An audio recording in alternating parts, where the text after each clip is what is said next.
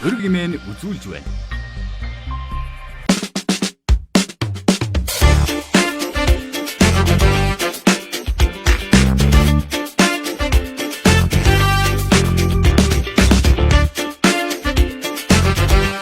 Үзэгч та бүхнийхээ орон амгалан айлтгахыг өрг нэвтрүүлгийн шинэ дугаар эхлэж байна.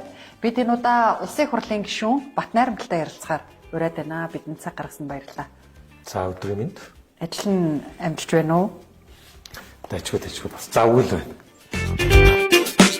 Улсын хурлын нэр дэвшигчдэд өгөх хандвийн хайрцан Улсын хурлын гишүүн Болормаа, Учрал сайд, олон гишүүд MCS компаниас хандив авсан байна.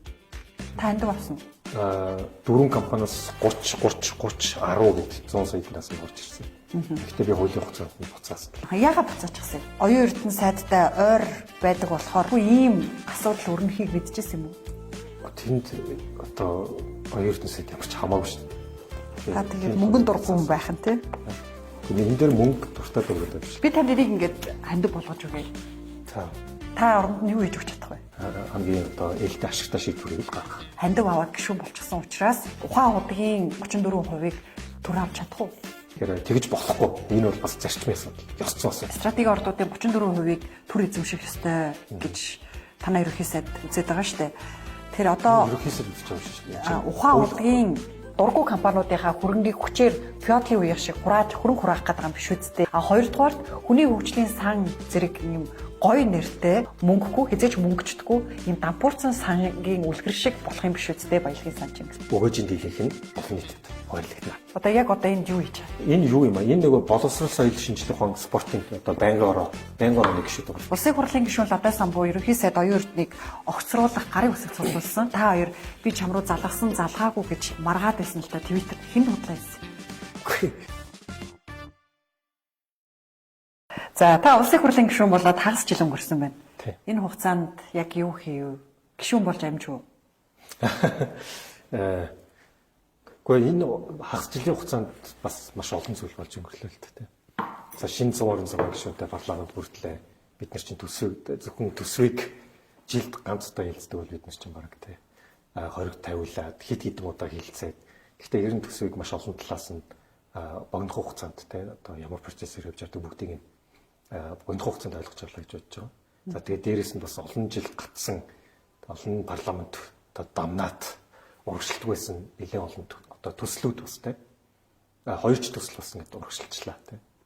Тэгэхээр бас нэлээд богино хугацаанд олон зүйлийг амжууллаа л гэж бодож байна. Улсын хурлын дараахаар гишүүн болоогүй байна гэж шүүмжлэдсэн. Гишүүн болно гэдэг нь яахыг хэлдэг. Яг сонгогдчихлоо, тангараг өргөжчлөө.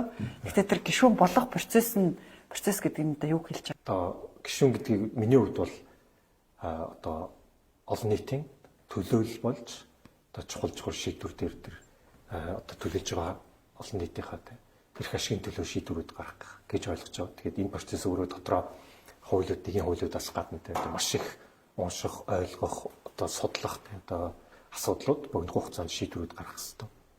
Тэгээд тэрийгэ илэрхийлсэн үгээд байнгын хорон дээр саналаа хэлэх хэрэгтэй. Одоо саналаа өгөх хэрэгтэй. Тэр энэ бүх процессыг л хийж байгаа юм чинь. Тэгээд миний хувьд бол одоо тэгээд яг нь хэлэхэд маш их цаас уншаад тэрнээсээ анализ хийгээд богино хугацаанд дотор үр дүнтэй илүү мэдээлэл дээр суурилсан одоо шийдвэр гаргахын төлөө ажилласан. Тэгэхээр ер нь бол цаасандаа өдөр тутам хагсан бүтэнсэнгүү цаасандаа дарагдчих. За би тэд нэг юм торонд улсын хурлын нэр дэвшигчдэд өгөх хандвийн хайрцаг нэг тавьж. Энтэй холбоотой асуултыг танаас асуунаа. За та саяхан өөрийнхөө сошиал хаяг дээр нэг нээлт хийсэн юм шиг мэдээлэл оруулаад байсан л да. Ухаан удгийг 2008 онд одоо таны ярьж байгаагаар хууль бусаар MCS-т олгосон гэдгийг ярьж эхэлсэн. Тэр чинь одоо үзээд би таны нэвтрүүлэгтээ урьсан. Энийг та сая л мэдчихэж байгаа юм уу? Та ч уул уурхаан дэд сайдаар ажиллаж байсан шүү дээ. Яг нь нээлт хийсэн ч яг тэр мэдээлэл нь тухайн үеийн засгийн газрын тэмдэглэл болон гэрээ сошиал дээр сая тавигдсан байсан л да. Тэгэхээр тэрийг хараад тэн дээр өөрийнхөө байр суурийг илэрхийлсэн хэрэгэлтэй.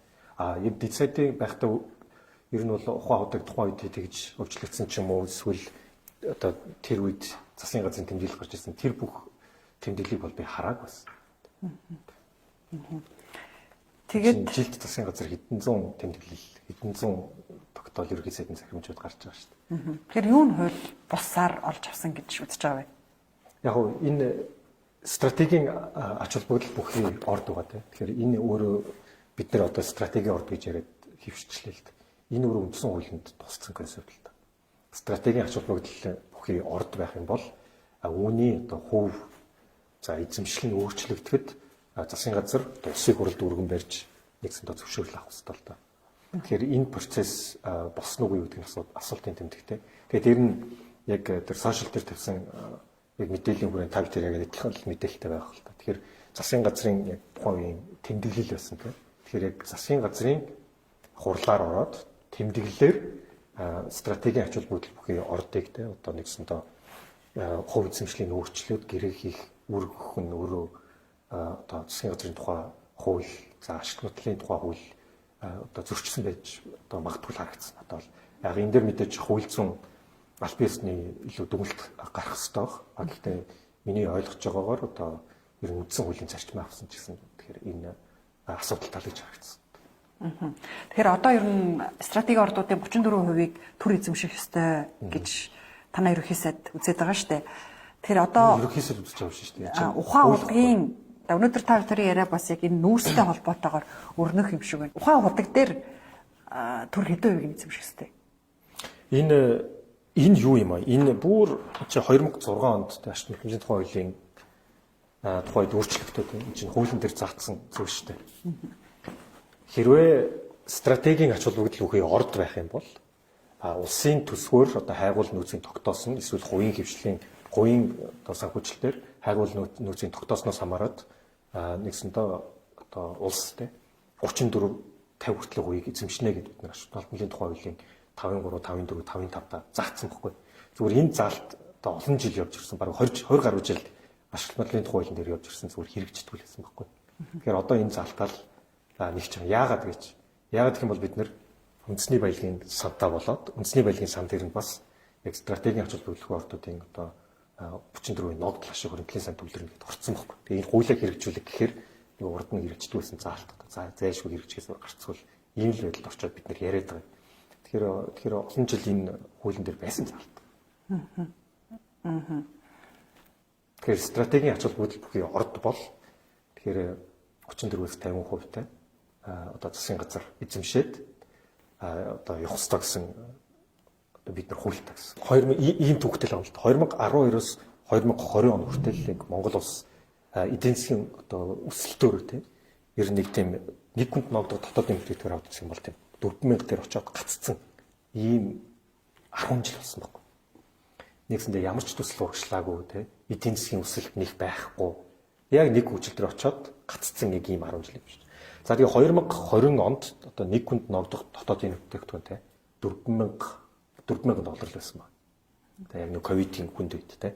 За үүнээс яг өнөөдөр 2024 оны хүлээгдэж буг гүйцэтгэлээр 6800 доллар болтол өссөн байна. Тэгэхээр эн чинь бараг 72.5% өсөлт байхгүй.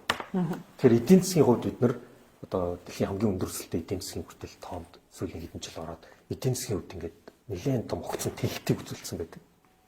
Гэхдээ яг энэ эдийн засгийн энэ огцон үзүүлсэн энэ том 72% өсөлт яг иргэн биднэрт мэдгэж гин үгүй гэдэг л хамгийн том асуултын тэмдэг байна.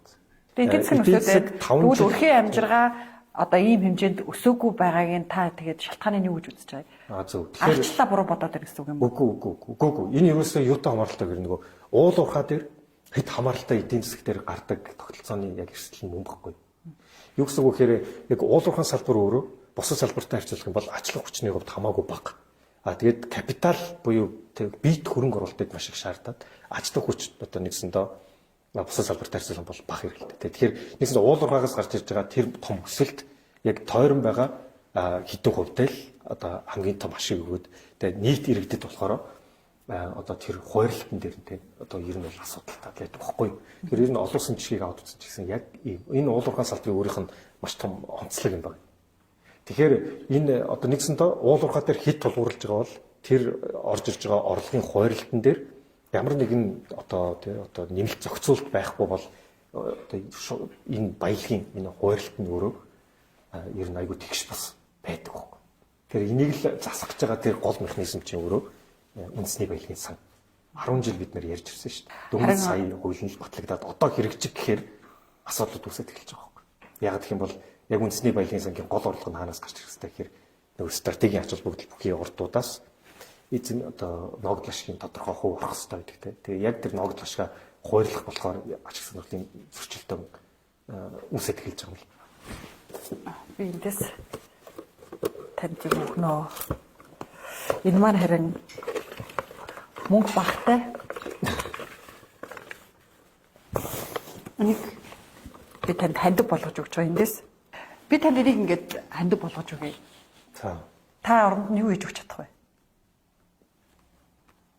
Одоо таныг улсын хурлын гишүүн болохоос өмнө тэр нэр дэвшигч байхад нь гишүүн болж байгаа юм байна гэд ингээ хандив үгээ та оронд нь юу хийж өгөх вэ? Надад яг би одоо ийм том компаниуд чи биш болохоор их мөнгө байхгүй л юм. Гэхдээ зөвхөн хандив үлдэхгүй те. Тэгэхээр миний үүрэг бол одоо их хурлын гишүүний хувьд те. Монгол улсын хөгжлийн төлөө одоо зарчимтай зөв оновчтой олон нийтэд хамгийн гол нь хамгийн одоо ээлтэй ашигтай шийдвэрийг л гаргах. Тэгэхээр би тэрийг л хийж чадна.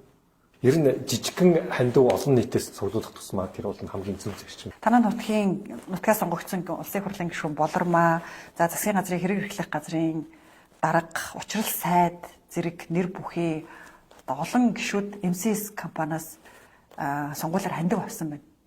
Та хандив авсан уу?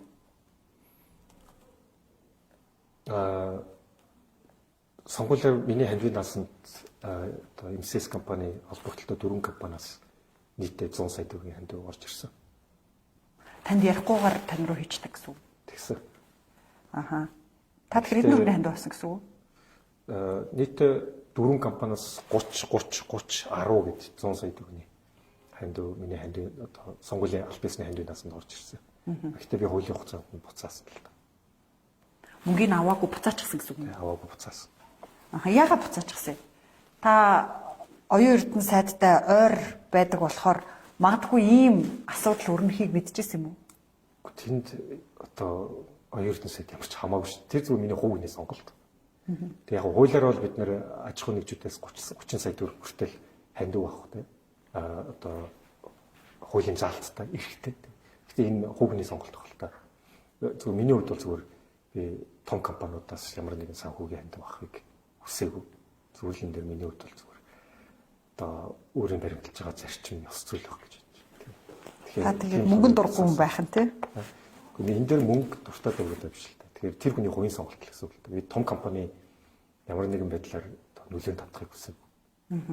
Тэгэхээр одоо улсын хурлын 126 гишүүний нэлээд хувь нь нэлээд олон тооны гишүүд MCS компани болон MCS-ийн хамаарал бүхий компаниудаас хандив аваад гишүүн болчихсон учраас одоо энэ засгийн газрын санаачлаад байгаа стратегийн ордуудын 34%-ийг авах. За тэр дундаа MCS-ийн хамаарал бүхий ухаан удгийн ордын 34%-ийг түр авч чадах уу?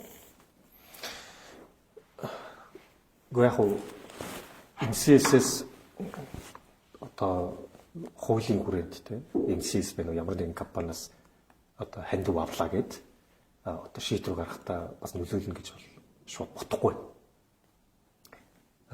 Яг үгүй яг энэ хуулиараа буцаад энэ хандив олон нийтэд нээлттэй ил тод байх нь илүү зөв зорчим баг. Өнөөдөр жишээлбэл та хин ямар компани ямар иргэд хинд сонгуулиар те хитэн дөрвний хандив өгснө бүгдээрээ мэдэж болж байгаа те. Тэгэхээр энэ нь өөрөө дэвшилтэй зүйл л те. Ер нь олон улсын яг байдаг зарчим. Гэхдээ тэр хандивыг авлаа гэд буцаад тэр компанид өртөө болно гэж би ойлгохгүй. Тэ. Тэгэхээр тэгж болохгүй. Энэ бол бас зарчмын асуудал, ёс зүйн асуудал. Болохгүй гэдэг ёс зүйл ярьж штэ тэ. Гэхдээ тэр хүн эцэстээ ямар шийдвэр гаргахыг жишээлбэл тэр хүн өөрөө л шийдэн штэ тэ. Тэгэхээр миний хувьд бол ямар ч компаниас хандив авсан бай энэ бол нээлттэй тод мэдээл. Гэхдээ тэр компани төлөө шийдвэр гаргах ч юм уу тэ. Энэ өөрөө ёс зүйн зарчмын асуудал. Та тэгвэл ямар компаниас хандив авсан бэ? Чи одоо ил тод мэдээлэл юм чинь. Тий. За миний дандаа л нэг таньдаг мэддэг хүмүүс эсвэл аж ахуй нэг өөрийнхөө нэг аж ахуй нэгжээр дамжаад ч юм уу эсвэл иргэний хувьд хандив өгсөн байлаа. Одоо жишээлбэл за миний санджаа нэг Coffee Fellow Mongolia гэдэг компани яг манай нөгөө аналог подкастинг айгуу нөгөө үүсгэн байгуулагч манай подкастинг фэн гэдэг юм л да. Тэгээд тэд нар бас ханд өгсөн санагдчих. За ер нь стратегийн ордод ямар ордуудаа хамааруулад байгаа юм? Дурггүй компанийнхаа ордыг гинт стратегийн ордод хамааруулад дээрэмдэх гэдэг юм шүү дээ. Ер нь шүү дээ. Монголд байгаа ашигт малтамлыг ер нь 3 хаж үзэж болно. Хуулийнхаа дагуу ч гэсэн. Стратегийн ач холбогдол бүхий орд энэ бол үндсэн хуулиндаа тусгацсан концепт. За тэгээд ердийн орд. За тэгээд түгээмэл тархацтай орд гэдэг яг тусдаа тий одоо нэг хайрах чулуу дайрах гэлж байгаа. Тэгэхээр ямар нэгэн одоо уулуурхан орд болыг энэ гуравт хамаарх нь хуулиараа. За стратегийн ач холбогдол бүхий орд гэдгийг болохоор ер нь яг үндэсний аюулгүй байдал эдийн засаг тий одоо нийгэмд одоо нөлөөтэй байж болох үс хэмжээний томоохон ордыг илнэ гэдэг яг Вашингтон улмын тухай хуулинд бол нэлээд тийм ер нь бол бүрхэг залттай энийг бол илүү сайжруулах хэрэгтэй гэж бодож байгаа. Стратегийн ач холбогдолгүй ордын 2007 онд улсын хурал бол өөрөө 17 ордыг хасралтныгээр ингээд баталсан байдаг. Тэгээ хэрвээ стратегийн ач холбогдолгүй орд гэж байгаа бол ашигт нотомлын тухай хуулийн 5-3-аас 5-5-аараа төр тэгээ одоо нэгсэндээ засаг эсвэл улс тэгээ хайгуул нөөцийн тогтоосон самбар 34-өөс 50 хүртэл гоёг эзэмшнэ гэдэг бид нар хуулиараа заасан байхгүй. Тэгэхээр ерөөсөө одоо энийг л одоо хэрэгжүүлээч л гэсэн гол санаа юм чинь. Тэгэхээр доор мэдэж өөрчлөнө гэж байхгүй л да. Гэхдээ улсын хуралд бол бүрийн эрх нь байгаа шүү. Улсын хуралд тэр стратегийн ач холбогдолгүй ордод тэ жагсаалтаас хасах нэмэх эрх нь одоо хуулиараа байгаа. Монгол улс оюутлахаан одоо 34% эзэмшдэг. Гэхдээ энэ эзэмшлийн 34% одоо ингээ өртөө байгаа л да. Заавал 34%-ийг стратегийн ордуудаас эзэмших ёстой гэхгүй стратегийн ордуудаас авах амнаатаа өсгчмөр юм шүү. Энэ би аав чи аав нь 34%-ийн одоо мөнгөнд танах тэдийг төлөлтөр гэж ингэж маргаж ирсний орно. За зөв. Яг тухайн үед бол яг 34% гэл те энгийн хувьцааны хуваар одоо ногдлоо шиг ирдэг, хувь ирдэг гэдэг ойлголтоор л одоо явцсан юм байлээ л те. Тэгэхээр өнөөдөр бол яг санхүүгийн талаас аваад утсан ч гэсэн олон хөлбөр байж болох байхгүй. Сая жишээлбэл бид нэр ороноотой гэрээ хийхэд те яг энийг авч үзлээ шүү дээ. 34-ийн хувьцааны энгийн хувьас гадна давуу эрхийн хувьцаа байж болно, амнаатын хувь байж болно те. Тусгай амнаат байж болно. Янз бүрийн хөлбөрөд зүгээр л энэ дээр бид нэр хамгийн гол нь юугаар хэрэгжүүлэх хэрэгтэй, үндсэн хуулиар хэрэгжүүлэх хэрэгтэй байхгүй. Үндсэн хуулинд юу гэж заасан бэ гэхээр стратегийн ач холбогдол бүхий ордыг ашиглахдаа нийт өгөөжийн дийлэнх нь ард түмний тал байна л гэдэг зарчмыг баримтлаа гэж байгаа байхгүй. Тэгэхээр тэр яг үнэ хэлэхэд ард түмэнд бол тэр амнаат нь байна уу? Хувь нь байна уу? Тэр нэг чухал биш шүү дээ. Зүгээр нийт өгөөжийн дийлэнх нь л олон нийтэд л очиж явах хэрэгтэй байхгүй. Тэгэхээр тэр нь одоо яг үнэ хэлэхэд засгийн тэр ард нь эдийн засгийн том модель гараад, санхүүгийн модель гараад айл хувилбар нь манай талд хамгийн ашигтай байна. Тэр хувилбараар хилцлийн ширээн дээр нөгөө талдаа тохиролцол хийх хэрэгтэй асуудал юм. Тэрнээс биш өнөөдөр бид нэр 34% энгийн хувьцаа байна уу? Амнаатаар борлуулах байна те. Бүх хувилбарууд өнөөдөр хуулиараа хүлээн зөвшөөрөгдсөн засгийн газарт байгаа. Тэгэхээр энэ дээр зүгээр засгийн газар хилцээр цугаад айл хувилбар хамгийн ашигтай байгаа санхүүгийн модельээс харж байгаа Монголд засгийн газрын талдаа хамгийн ашигтай хувилбараа сонгол гэрээгээ явж байгаа. Сая хэдхэн хоногийн өмнө л одоо ачид ихт компанид нэлээд дуйлаа үүсгэсэн тий цагаангуйг одоо баривчлаа, саатууллаа, ачид ихт компани үйл ажиллагааг хаалаа гэж сүржгэн жагаад ачид ихт компани гэсэн одоо ачид ихтийн 34%-ийг төр авах ёстой л гэж үздэг шүү дээ. Гэхдээ буцаагаал үйл ажиллагааг нээж эхэлж шүү дээ. Тий нээсэн билээ тий. Тэгээд одоо 34%-ийн ачид ихтийн 34% жишээ нь авч чадах юм уу? Яг өдөр хаах нэг бол яг үнэхээр тухайн засгийн газар тэр дундаа яг хариуцж байгаа одоо салбар хариуцж байгаа сайдын эрхлэх асуудал л та тийм. Гэхдээ нэг тийм хаах боохтой биш. Ерөөсөө энэ дээр явж исэн одоо маргаантай асуудал байгаа юм л та. Тийм. Ач тэгтээ үед бол энэ чинь үүсмэл орд гэж хэлээд шүү дээ. Ер нь ингэ тав ингэ одоо ингэ эрдэнэт үйлдвэр үү тийм. За эрдэнэт үйлдвэр бол стратегийн ач холбогдлохын орд мөн үү? За мөн бид нар оруулсан Монголыг бараг 40 жил гэж ирсэн хамгийн том ордуудын нэг мөн шүү дээ. Эрдэнэтийг ухлаа. Хоёр төрлийн шоргоор. За нэг нь бол сульфитийн орд те. Энэ болохоор эрдэнэтийн баяжуулах фабрикаар ордог. Хүдэр те. За эрдэнэт баяжуулаад гаргаж.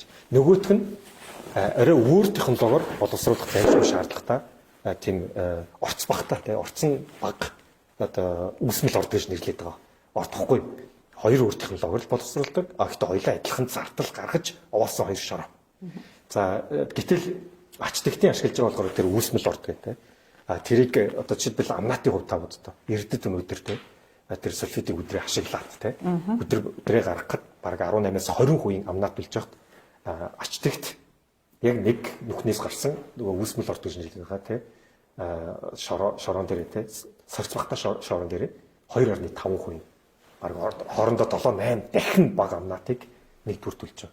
За хоёрдугаарт энэ чинь стратегийн орд мөн үү? За мөн те эзэмшлийн хувьд тэгэхээр бацаал дахиад үндсэн хуулийн 6-гийн 2 зааснаар тэгээ ашиг тусламжийн тухай хуулийн 5.3-5.5 дээр ч гэсэн үндслээд ингээд төрийн эзэмшил ямар нэгэн хэмжээгээр 34-50 хүртэл байх ёстой байхгүй. Энэ огт хэрэгжээгүй нэгдүгürt ирсэн. За хоёрдугаар бас ямар асуудал байдгүй гэхээр ингээд нэг олон нийт бас мэдгүй юм шиг байна. Тэгээ энэ ач тэгтээ тухайн үед Эрдэнэт ингээд гэрээ хийж явахдаа те нэг ажлын хэсэг дараад те бараг Эрдэнэт өөрөө хувь эзэмших нь буруу юм байна гэсэн юм утгагүй шийдвэр бараг хүчээр шуу гаргаал. Тэрнийхээ хүрээнд одоо хүртэл явцсан те 25 жил те 78 оноос 2005 оны хооронд чи 20 хэдэн жил 28 гаруй жил энэ үүсгэсэн маш их зардал гаргаж үүсгэсэн овоолгыг тэрний бараг 87%-ийг нь Эрдэнэтээс одоо өнөөдөр хүртэл те одоо нэгэн үн төлбөр рүү одоо ашиглаж ирсэн шүү дээ те. Тэгэхээр энэ ч өөрөө эдийн засгийн талаас гарсан айгу утгагүй зүйл байна те. Харин тэ утгагүйг нь одоо ингээ бүгдээрээ л мэдчихэв. Би ч мэдээд байна. Яагаад тэр хүн эзэмшчихв? Одоо тэг гол нь авч чадахгүй л гэдэг байна л да. Гол нь авъя ачаад ихтэн бид нар 34% үгүй л гэдэг штэ авдаггүй штэ л гэдэг. Энэ хоорондох тэр дийл буюу хэлцээгээл тэр ачтагт хүртэл хүрсэн штэ. Дандаа тэгж ярьдаг л да. Одоо ингээл аваач гэж бид нэр олон захиа явуулсан гэл. Тэр болгон дээрээ дандаа эсвэл дахиад тэр овоолгоо үнгүй хэрэглүүл. Эсвэл урд өмнөх тэр ногдлоо шиг ч юм уу тий уртлыг тооцоог нь одоо нэгсэн тоо ямар хил амгүй ингээ хай гэдэг ч юм уу.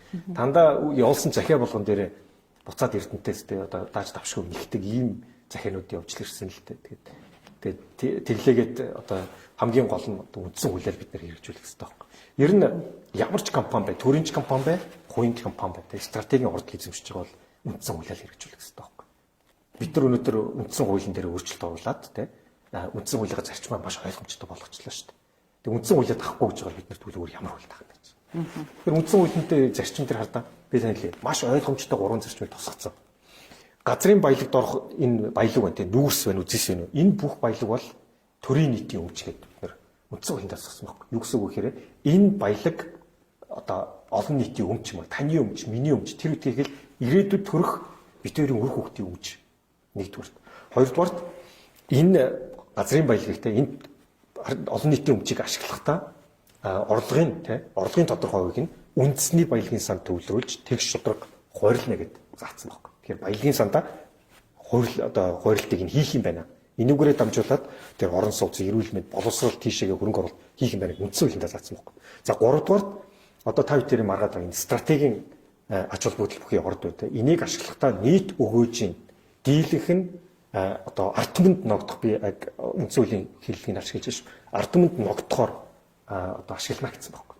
Тэгэхээр тэр стратегийн ач холбогдол бүхий ордыг хувь эзэмшчин үү, төр эзэмшчин хамаагүй ачаал нөгөө өгөөжийн дийлэнх нь олон нийтэд оногдох энэ зарчим руу л оруулах хэрэгтэй. Энэ дөрөв баялагын сан баггүй. Тэгэхээр одоо харин энэ стратегийн ордуудын 34%-ийг аваад баялагын санг мөнгөжүүлээд тэрийг нийт иргэдэд ингэж хүтээмжтэйгээр эдийн засгаа дахин хуваарлнаа, баялгаа дахин хуваарлнаа гэд байгаад чинь иргэд хоёр зүйл дээр эргэлзээд байна л да. За нэгдүгээр дургу компаниудынхаа хөрөнгийг хүчээр феодалын үеих шиг хөрөнгө хураах гэдэг юм биш үсттэй гэсэн нэг хардлага явж байна.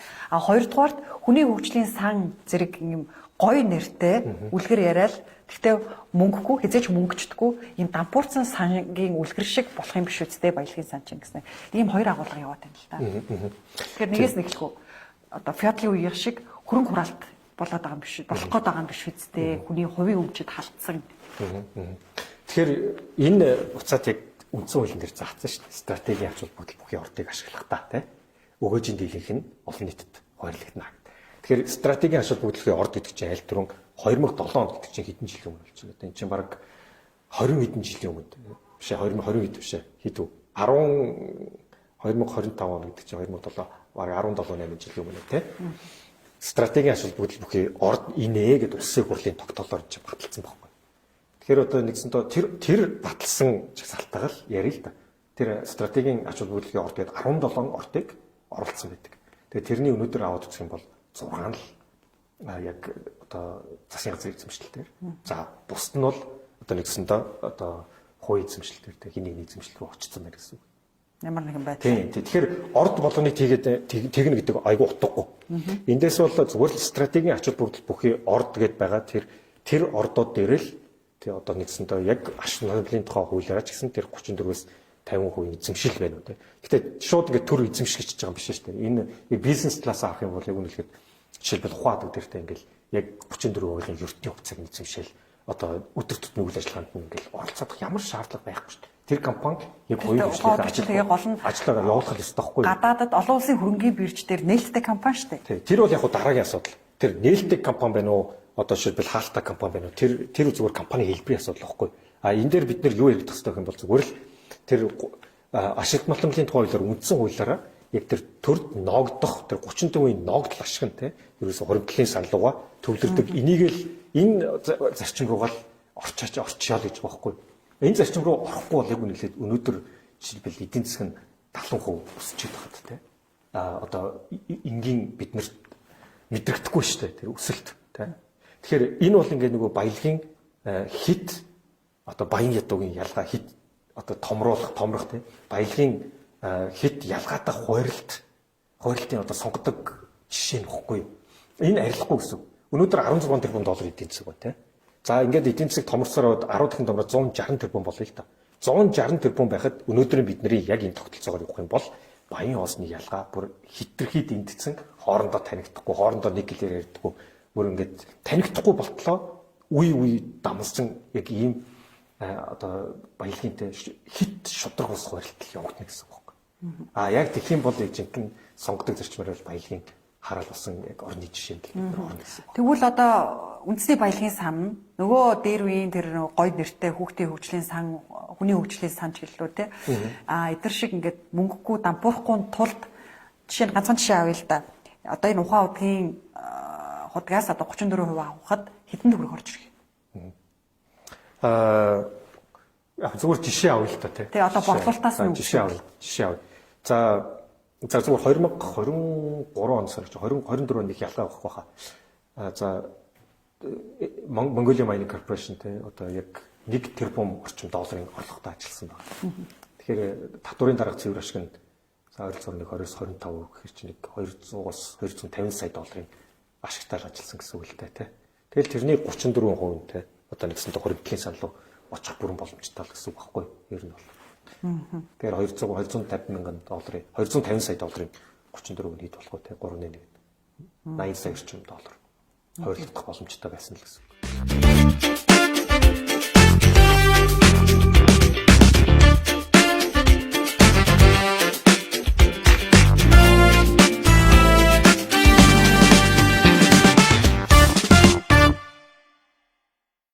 За би танд дараагийн асуултаа тавихаас өмнө зураг харуулъя. Энэ улсын хурлын гишүүд тамилтаар явж байгаа юм шиг байна, тий? Энэ тав. Тийм. Таныг орсон болохоор танд харуулж байна л да. Гомлсон. Тий. Одоо улсын хурлын гишүүд энэ тамилтаар одоо яг одоо энд юу хийж байгаа?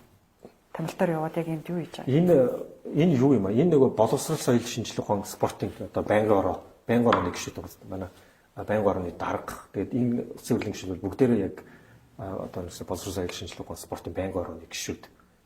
Тэгэхээр бид нэр одоо нөгөө Японтой бол одоо Япон бол ер нь Монголын боловсролын салбар руу одоо хамгийн том хөрөнгө оруулалт хийсэн орны нэг яалтч юм баг тий. Одоо Косаны програм байна тий. За Монгол одоо ерөнхий боловсролын сургуулиудыг жишг сургуулиудыг барьж өгсөн маш олон хөрөнгө оруулалтыг Япон хийсэн. Тэгэхээр бид нар энэ Японы хөрөнгө оруулалт Японтой хамтын ажиллагаагаа боловсролын гол улам цаашлуулж улам гүнзгийрүүлэх хэрэгтэй. Тийм учраас туршлага судлах кейс илүүтэйгээр бид нар боловсролын одоо сайт дээр болсон. Энэ дээр бас наран баяр сайт хамтдаа явсан. Тэгэхээр хоёр засгийн газрын хоорондын боловсролын сайт байнгын ордогоо хамтдаа одоо уулзсан. Тэгэхээр ер нь бид нэр одоо боловсролын салбарт ер нь гадаадын хөрөнгө оруулалтыг татъя илүү орны жишгийг хөгжүүлэх юм бол үнэхээр ялцчихгүй Япон орн мөн байхгүй. Энэ зургийг нэг шүүмжлэлт агуулад байгаа зүйл нь одоо ингээд туршлага судлал гэж яваад саундад хоол идээр шоудад идэх юм уу? Тэр туршлага судлахаар явахдаа татвар төлөгчдийн мөнгөөр явдаг. Ингээ үрлэхэн хандлаа гэдэг л та. Тэний мөнгөөр явдгийг туршлага судлахаар явах та. Энэ байнгын орооны санхүүжилт байсан байх гэж ойлгож байгаа. Тэгэхээр яг одоо бид нар одоо гишүүний хувьд байнгын орооны хувьд те нэгсэндээ бид нар одоо иймэрхүү аялал бас хийдэг л та те. Тэгэхээр хамгийн гол эндээс үр дүн бас гарах хэрэгтэй. Тэгэхээр яг тэгэхээр энэ бид нар Монголд яг үнэхээр би одоо нөгөө гадаадд бас олон жил амьдраад байцсан болохоор зөвхөн одоо Монгол дотор байгаа яг энэ дотор бид нар шийдвэр гаргадаг юм бол ер нь ихэнх мэдээлэл, дийлэнх мэдээлэл сайн жишгүүд чинь тэр чигээр гадаадд шүү дээ. Тэгэхээр жишээлбэл бараг энэ юутай л адилхан сонсож байна. Англи хэл мэдэхгүй бол бид нар дэлхийд дээр байгаа нийт мэдлэгийн 73% access-гүй. Тийшээгээ орч чадахгүй, ямар ч мэдээлэл мэдэхгүй гэсэн. Тэгэхээр тийшээгээ болж өгвөл боломж олдвол явж те одоо туршлага судлаач тэр сайн жишээг л Монголын хөрсөн дээр л буулгах хэрэгтэй байхгүй юу. Тэгэхээр яг үнэхээр миний бэкграунд гэсэн энэ хамгийн сонгогдох чинь нэг мөн шүү дээ. Тэрнээс биш зүгээр яг татвар төлөгчдийн мөнгөөр те очичоод харин ч гэх шопинг дот ч юм уу те ямар ч үр дүнгүй зүгээр л одоо ямар ч уулзалт хийхгүй тэгэж явбал мэдээж тэр бол байж болохгүй зүйл. Тэгээ одоо чинь энэ уулзалтаар явж ирээд одоо яг юу ажил болж байгаа вэ? Жишээлбэл бид нар одоо боловсролын яамтай ярилцаа те одоо жишээлбэл манай Чингэлтэй дүүрэг дээр ч гэсэн одоо 20 дугаар хорон дээр те одоо JICA-гаар дамжуулаад жишг сургууль барьж өгсөн гэдэг. Япон хамгийн сүүлийн хөрөнгө оруулалтын төлөвлөсөн. Тэгэхээр энийг цаашдаа бид нар үргэлжлүүлэх нэгдүгээр. Хоёрдугаарт бас Монгол Японы имлэг байдаг те. Тэгэхээр энэний үргэлжлэлийн одоо санхүүжилт бас бид нар очиж одоо хоёр талаас тохиролцож бас шийдсэн. Ийм шийдлүүд бас гарсан. За миний дараагийн асуулт Twitter-ээс би энэ мэдээллийг авсан. Улсын хурлын гишүүн Лодой Самбуу ерөнхий сайд оюун эрднийг огцруулах гарын үсэг цуглуулсан. Тэгээ яг энэ гарын үсэг цуглуулж явах явцдаа та хоёр би чам руу залгасан залгаагүй гэж маргаад байсан л та Twitter-т олон нийтэд нээлттэйгээр хэн худлаа хэлсэн. Үгүй тэнд худлаа үнэ юу бах вэ? Яг би Лодой Самбуу гишүүний тэр мэдээллийг харсан л та. Тэгээ гишүүн болгонлоо залгаж тэ асуунаа л гэсэн байлаа. Тэгэхээр н тухайн үедээ би бол өөрийнхөө байр суурийг илэрхийлье гэж тэ бодоод пост оруулсан. Гэхдээ миний байр суурь маш ойлгомжтой. Ингээд сошиал дээр би байр суурийг илэрхийлж байгаа. Тэр надад залгах шаардлагагүй л гэдэг зүйлийг хэлсэн. Залгах шаардлагагүй гэж хэлсэн юм уу? Над руу залгаад хэрэггүй. Залгаад одоо намайг ятгах шаардлагагүй. Яг бол миний байр суурь маш ойлгомжтой. Би байр суурь лодох хэсэлтээр одоо олон нийтэд одоо байр суурь цагт нь илэрхийлж байгаа. За 5-7 ордыг бас ярьсных. За МСС ухаан удгийн 5-7 бүлэг ордын нэг ухаан удгийг одоо таны ярьж байгаагаар хууль зөрчин эзэмшсэн гэдэг байгаа. Тэгвэл 5-7 бүлэг ордын нэг Бортигийн ордыг яагаад улсын хурлын дарга амар уйсгалан болон түүний хамаарал бүхий хүмүүсийн одоо компани эзэмших болов гэсэн юм хардлага яваад байгаа шүү дээ. Үгүй тэн дээр одоо 5-7 бүлэг орд дээр за Эрдэнэс 5-7 таны хэлж байгаа тэр ордод Эрдэнэс 5-7 эзэмшдэг шүү дээ. Хайгуул тэр чи одоо лиценз дээр шүү дээ тий. Бортигийн ордын одоо хайгуул ашиглалтын лиценз тий. Эрдэнэс 5-7 эзэмшилт байгаа. Өөр эзэмшил байхгүй шүү дээ. Энэ дээр өөр эзэмшил байхгүй. Тэгэхээр яг хуу маш ойлгомжтой шүү дээ. Яг энэ 5-7 бүлэг орд дээр тий одоо ашиглалт модмол газрын засгийн газраас тий баталгаажуулж өгсөн тэр ашиглалтын болон хайгуулын лицензийн эзэмшигч нь энэ олон нийтэд нээлттэй мэдээлэл. Энийг шууд вебсайт руу ороод харж болдог шүү дээ. Тэгэхээр одоо Эрдэнэс 5-7 компани дээр чинь бидний мэдээр зүгээр нөгөө зүүн цанхт баруун цанх гэж яриад байгаа боловч цаашаагаа чинь за орцог те бортыг онч хараат борт толгой гэсэн бас ордуудын лиценз бас давхар эзэмшдэг те. Энэ яг ашиглалтанд орж амжаагүй байхгүй. Зарим нь бол нөөцийг энэ баталгаажуулж дэмж тогтоох хэвээр. Ер нь цаашдаа 5-7 бүлэг орд чинь ингээд нийлээд ингээд баг 7 тэрбум тонн нүүрсний те нөгцтэй одоо маш дэлхийд тусгүй орд мөн л дээ. Ер нь кокс энэний хамгийн дом тал нь юу давуу тал нь юу гэдэг вэ гэхээр кокс чухал тахгүй. Тэгэхээр ийм том одоо нэг дор төлөвлөлтөй кокс чухал баг дэлхийд тэр цөөхөндөө. Кокс нүүрс гэдэг чинь одоо хамгийн үнэтэй нүүрс гэсэн үг. Кокс чих нүүрс эрчимчний нүүрстэй холж ирээсээ ойлгож болохгүй. Нүүрс үнс боллоо гэл яг тэр бол яг зарчмын үед бол бас яг биш л дээ. Одоо эрчим хүчний нүүрс магадгүй үнс болох гэж байгаа. Гэхдээ кокс чих нүүрс чинь ган хайлуулгад ашигладаг байхгүй. Тэгэхээр ган хайлуулах өөр технологи одоогийн байдлаар одоо гарч ирээд те. зах зээл дээр нэвтэрсэн байхгүй л байна. Дараагийн технологи гарч ирээд дэлхийд даяар бүх үйлдвэрүүд үйл ажиллагаанд хэрэглэлээ хэдэн жил болох вэ? Бас нэлээд болж болох болов. Тэр бол когсчих нүрс байсаар байна. За би одоо өргөн нэвтрүүлгээрээ бас хэд хэдэн улсын хурлын гишүүд за уул уурхайн эрдэс баялагын сайдаас ч гэсэн асуусан л да. Одоо нөгөө сая орооны төсөл явлаа шүү дээ. Орооногийн төсөл явлаа. Тэгэхээр ураана бид нар ямар чухал вэ гэдгийг мэдлээ. Гэтэл манай төр 80 сая долларыг төр төлөөд олон улсын арбитр төлөөд Мардан ордныхоо лицензийг хурааж авсан. Гэтэл одоо энэ Мардан ордны лиценз нь төрд байт юм. Та уул уурхайн дэвсэд байсан юм байхгүй. Хувийн компани эзэмшилт. Яг хувийн компани руу шилжиж юу? Болчих юу? Тийм, тэр чинь тэгэл түрүү ямар компани? 17 юу лээ? Адамс Mine гэх компани 100% эзэмшилт байна. Тэгээ одоо түрүү хэлсэнтэй одоо тухайн 2007 онд улсын хурлаас стратегийн ач холбогдлогын орд гээд 17 орд жагсаага баталсан байдаг. Хасралт нэгээр. Тэрний одоо 6-7 л төрд байдаг. Тэгээ бус нь бүгд хувьд очсон.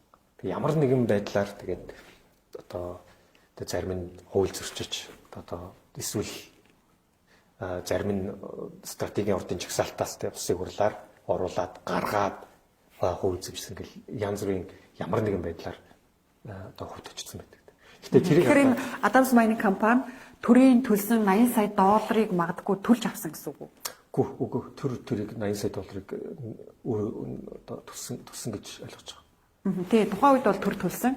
Адамс Mining компани одоо энэ Мардан ордны лицензийг эзэмшихдээ төрд тэр төлбөрийг төлсөн үү?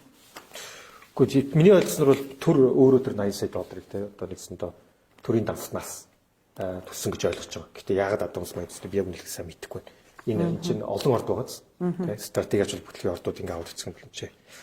Олон орд хувьд очсон. Гэтэ энэ юу нэ? Энэ хувьд очсныг би буруу шахаад байгаа юм биш юм. Энэ зүгээр л стратегийн ач холбогдлогын ордод бид нар үндсэн хуулиар хэрэгжүүлэх хэрэгтэй байхгүй. Тэрнээс биш нэг төр булааж авах гэж байгаа ч юм уу эсвэл гэдэг ойлголт руу ерөөсөө орж болохгүй маа. Тэ ингэм бол бид нар буруу тайлбарлаж тэ нэгсэндээ зах зээл рүү буруу мессеж өгч байгаа гэсэн үг.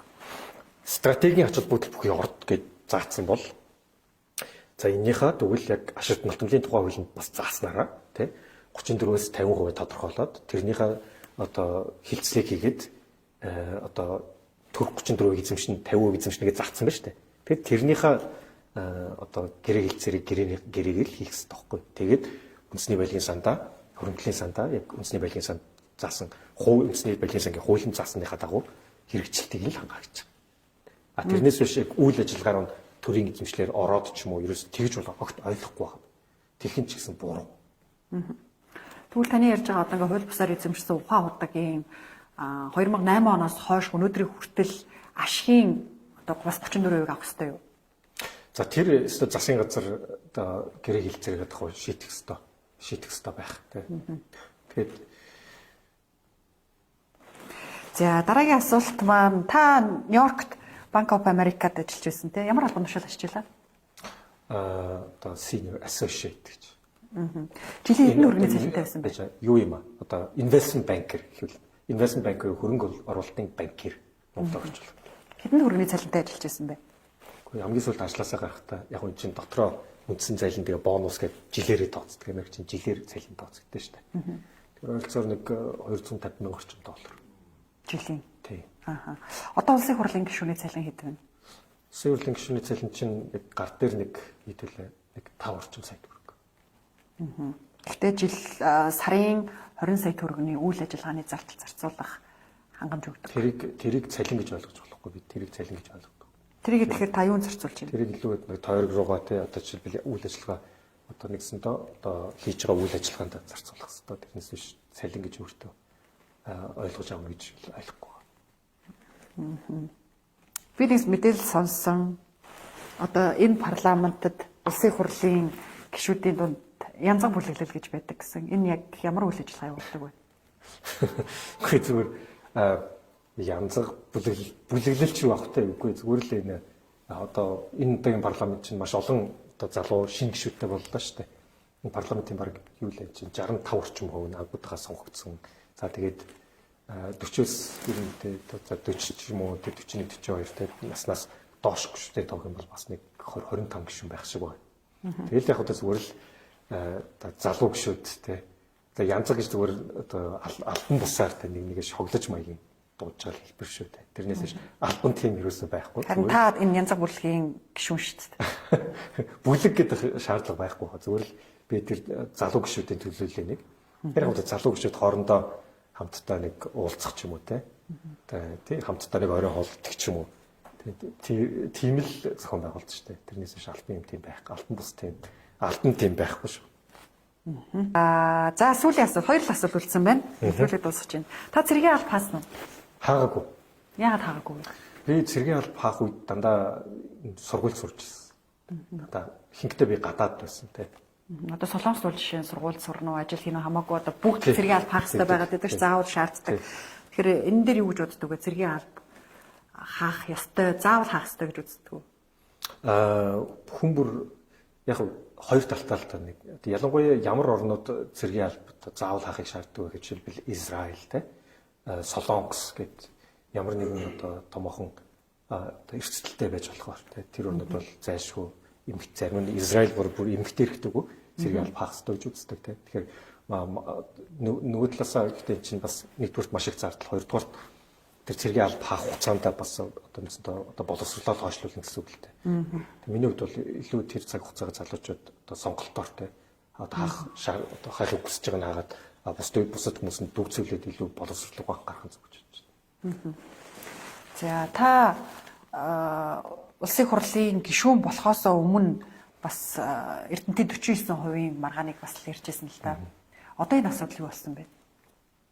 Одоо ямар ч хэлсэн шүүхийн маргаан нь болсон ирсэн гэж бодож байгаа. Шүүхийн маргаанд би бас дуусаагүй гэж бодож. Яг нэг иймэрхүү том одоо мөнгөтэй холбоотой хэрэгүүдийн шүүх маргаанд дандаа л ямар нэгэн байдлаар хоошлогдол шийдвэр гарахгүй гэл явдаг нэг тийм энэ зүйл Монгол аягүй ажиглагчлаа л да. Тэгэл Эрдэнэтийн 40-с ялгаагүй шүү дээ. Одоо хэдэн жил шүүхтэр явж байгаа гэсэн үг үү? Чи одоо нэлээд олон жил явж байгаа байх шүү. Тэгээд одоо хизээ нэгэн цагт гарч шийдэгдэх ёстой л да. Тэгээд энэ гэлтэхгүй тэгээд бусад хэрэгүүд нь болохоор амархан шийдэгдэх мөртлөө томоохон хэрэгүүд ямар нэгэн улс төрийн нөлөө ордог юм мэдэхгүй тэгэл шийдэгдэхгүй дандаа хоошлж байгаа бол хоошлж явдаг точ шинүүд олон шүү дээ.